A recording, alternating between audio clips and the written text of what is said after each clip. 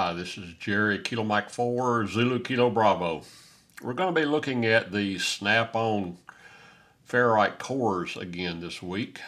We had some seemingly anomalous readings in our prior video, so I want to try to see if it's possibly the cores or in my test setup, or if that's just the nature of the beast. I don't know exactly which one it could be at this point. I've done some preliminary testing, just mainly to test my setup here. The only things I have done is I've lengthened my ground connection here so I can have a little more flexibility on the distance between the two red connectors, because it was getting kind of tight in our test session in the last video. And I have numbered the cores. And what we're going to do is we're going to test the cores one at a time and see how they measure up. How do they compare? And then we'll see if we can draw any conclusions from our test results. So stick with us to the end. Let's see what we can learn together. Okay, hopefully you can see our test setup here, and I've moved it around just a little bit for hopefully better visibility. We're going to test each core one at a time. We're going to snap it in place. We're going to take the reading.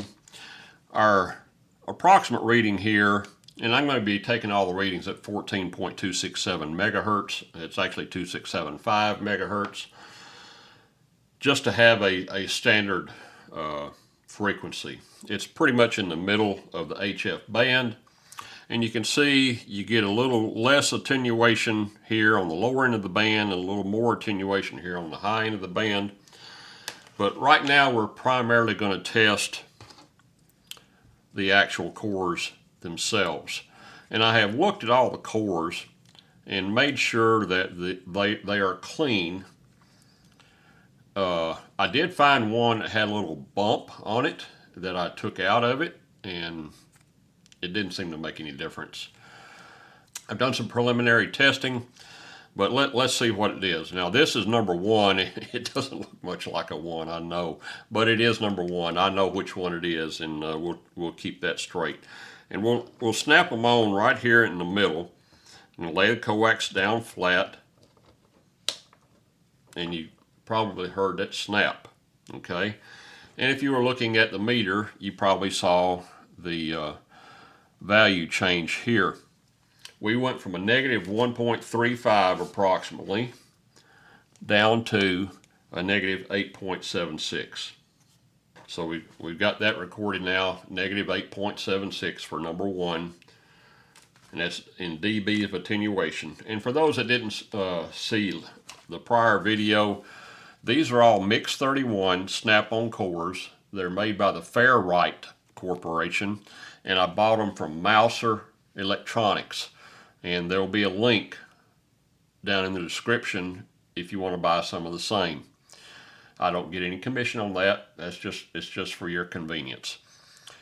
But we went from a negative 1.35 with just the coax to a negative 8.76 dB with the number one ferrite. So now we're going to take off the number one ferrite and put it over here, and we'll get number two and do the same thing. Going to lay it down right there in the center and snap it on. And we've got a reading there of negative 8.27. So, you know, half a dB maybe difference, and it fluctuates a little bit. I see it going up to 8.28. Now I'm going to try to get this one off, because I think the little snap-on thing is going the opposite direction, and they're sometimes a little hard to get a hold of to get them off. I'm working my fingernails in there. I don't want to break the snap-on, and I pulled this loose while I was working with that. Need to make sure and get that snap back on. Okay, so number two, let's check number three here. we'll do the same thing. I'm going to put it this direction because it's easier for me to disconnect it when we get through testing, okay? And that one's a negative 8.72.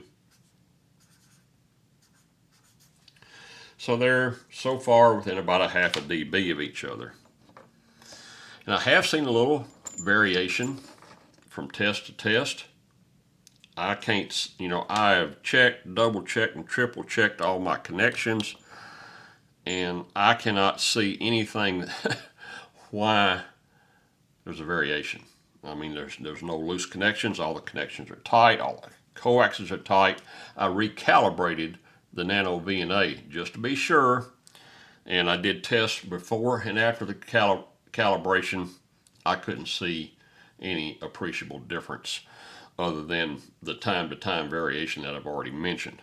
Okay, so let's get number 4 here and get it facing where hopefully I can get the clips off a little easier. All right, that one's clipped down, and it is reading 8.64. So the negative 8.64. And we'll take it off and get number 5.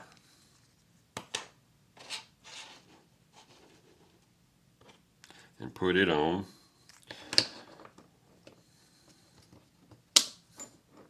Okay. And now we've got a negative 8.81. Negative 8.81. So they're all pretty close. There's a little variation, but they're mighty close to the same reading. Get number 6 here. Put it on. Okay.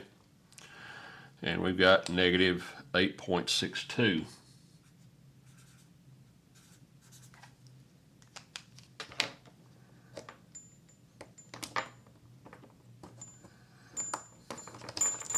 Get number 7.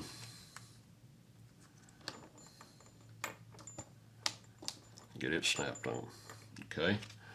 And it's negative 8.78. It's stabilized there at negative 8.78. Okay. So there's all 7 of the cores.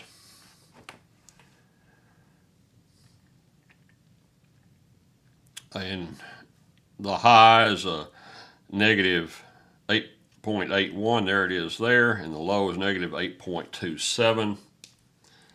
So about 0.6 of a dB difference in this particular setup. I would say that's insignificant, for this type of a component. Not a significant variation. So what we're going to do is we're going to reconnect this now that I pull it off and put them all back on. Put all 7 of them back on to see what the reading is. There's 1.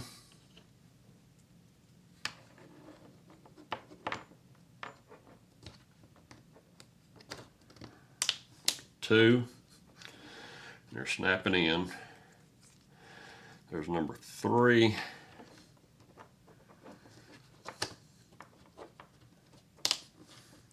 And it's snapped in. Number 4.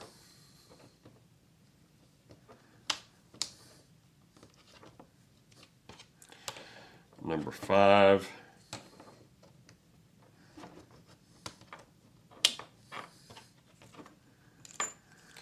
Number 6. And I'll reconnect that in just a second. And number 7.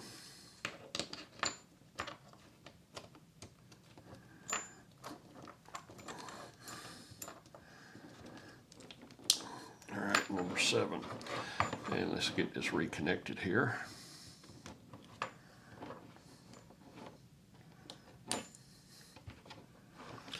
It's pulled kind of tight. It doesn't want to stay connected.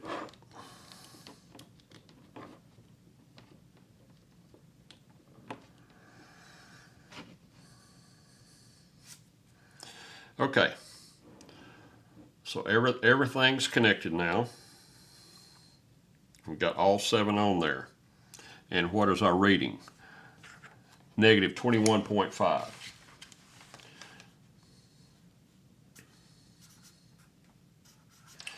And what did we have last time we tested? I think it was a little lower than that, actually. Here's the last videos. So the last time we ran it, it was negative 19.35. This time, it's a negative 21.5. So a little variation. And I was seeing, as I was testing the individual components, just, trying to prove out my connections here and so forth, there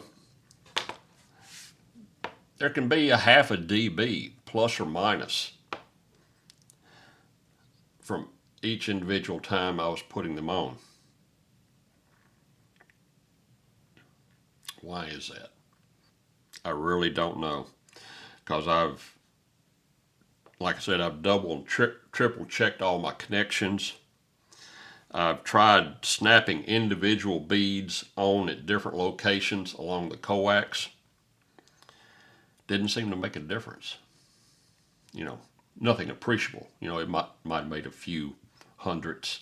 In a rare instance, it might have made a tenth of a dB difference, but no appreciable difference. But one other thing that is different from our previous video. In the previous video, we did not have our coax connectors on here. And I found that immediately after putting the coax connectors on, the attenuation improved by about 2 dB, which is about what we're seeing here. And I was trying to make sense of that. And the only thing I could come up with, because this is the same piece of coax. I didn't change pieces of coax. This is the same piece of coax we used in our last test. The only thing different was I put the coax connectors on. Got the SO239 and the PL259, and they're on there. And remember, we're testing the shield. We're not testing the inner conductor. We're testing the shield. And in our last test, I was clipping the same alligator clips, but I was clipping them to the braided shield and the aluminum shield that's underneath that. That's what it was clamped to in the previous video. And you can go back and look at the previous video. And that's the only thing that's changed. My supposition, and it strictly is supposition, but I believe it probably bears, the evidence probably bears it out. Because of the way these connectors are, the shield is crimped on, so you've got the, just say this is facing like this. Okay, this is a connector. Well, let me see here. I've got a connector here. Let's look at a connector. Okay, and this is what it looks like right here. The inner conductor of the coax goes in the hole here, and the shield is then placed over, what do you call that, ferrule? I don't know what that would be called right there. But the shield is placed over that, and then you crimp on this. You got your shield that's over the end of this, and this is already on the coax, and you slide this up and over it, which pinches the shield in between this crimp-on ring and the PL259, and then you crimp it. So it is a very strong mechanical as well as electrical connection. Is there anything else going on, capacitance wise? Possibly. Possibly because of the way this works. Before, the ends of the center conductor were exposed. They weren't touching any of the shield or anything, but they were exposed. And here, it's pretty much shielded and isolated. And I'm grasping at straws here. I don't really know what it is, but when this was finally crimped on, it improved the attenuation of the choke by about 2 dB, and that's what we're seeing today. So, what have we learned? There's not as much difference between the snap-on and the solid cores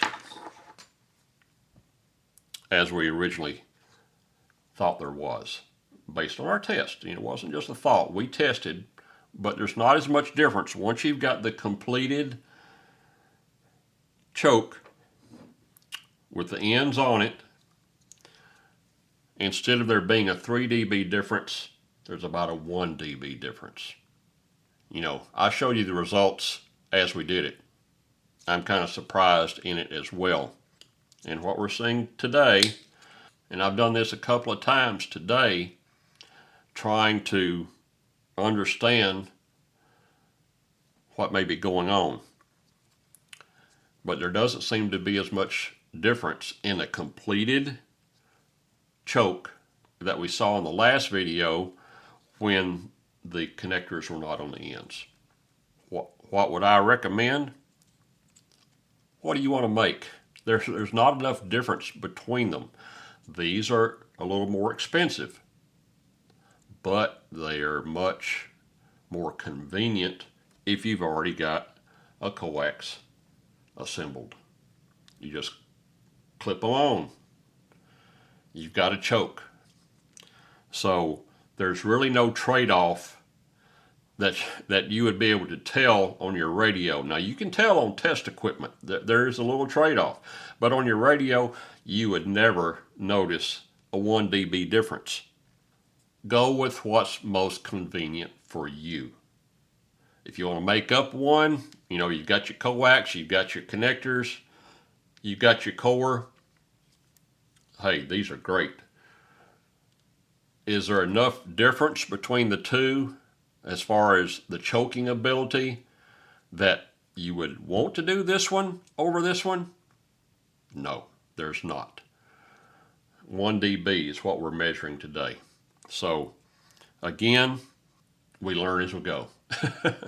I wish I had a better explanation, but I've walked you through what I've seen, and it's repeatable. And the biggest difference between the previous video and this video are the coax ends. Hopefully this has been helpful, informative, educational, entertaining. Give me a thumbs up on the video down there. It really helps the channel. It helps YouTube to push these videos out to more and more people, and I appreciate that. It encourages me to do more videos, and also your feedback. I get a lot of video ideas from your comments, which is where this came from. You said you need to test them one at a time, and I did, and you saw the results. Doesn't seem to be a bad snap-on among these 7. So that was not what was causing the problem. That's it. Hey, hope to catch you on the air sometime. This is Jerry, Kilo Mike 4, Zulu Kilo Bravo. Hope you have a blessed day.